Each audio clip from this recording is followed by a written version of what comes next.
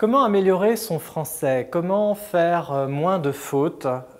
Comment écrire avec un joli style? Alors vous entendez souvent les professeurs de français vous recommander la lecture et on voit parfois des étudiants qui sourient quand on leur fait cette recommandation comme pour dire vraiment la lecture c'est pas pour moi. Je voudrais insister là-dessus en mentionnant une étude qui a été faite en 2013 par Alice Sullivan de l'Université de Londres.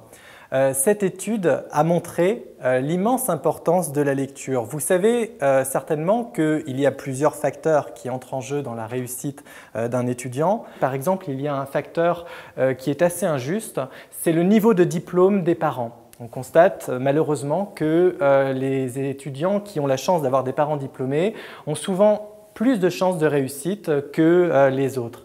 Eh bien, il faut savoir que le facteur lecture régulière est 4 fois plus important dans la réussite que le facteur niveau de diplôme des parents. Donc, ce que je conseille vraiment, c'est de se fixer un quart d'heure de lecture par soir, toujours dans l'objectif d'avoir le courage de s'y mettre. C'est pour un quart d'heure, c'est pas trop long. Évidemment, si pris dans la lecture, on a envie de lire plus, ça n'est pas grave, c'est très bien. Sinon, si on est fatigué, on s'en tient vraiment à un quart d'heure, mais un quart d'heure de lecture chaque soir. Alors ça peut être des livres, peu importe ce qui vous intéresse, pas trop difficile puisque le but c'est vraiment que vous vous sentiez motivé.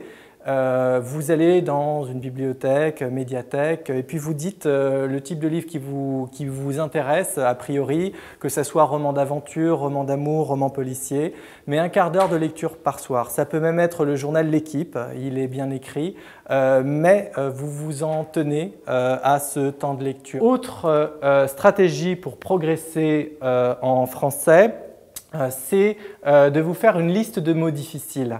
Alors, la liste de mots difficiles, eh bien, c'est très simple. Dès que vous avez hésité sur un mot, par exemple, vous avez eu à écrire le mot développement et vous avez hésité, il y a un L, il y a 2 P, eh bien, vous l'écrivez sur votre liste de mots difficiles et vous relisez régulièrement votre liste de mots difficiles.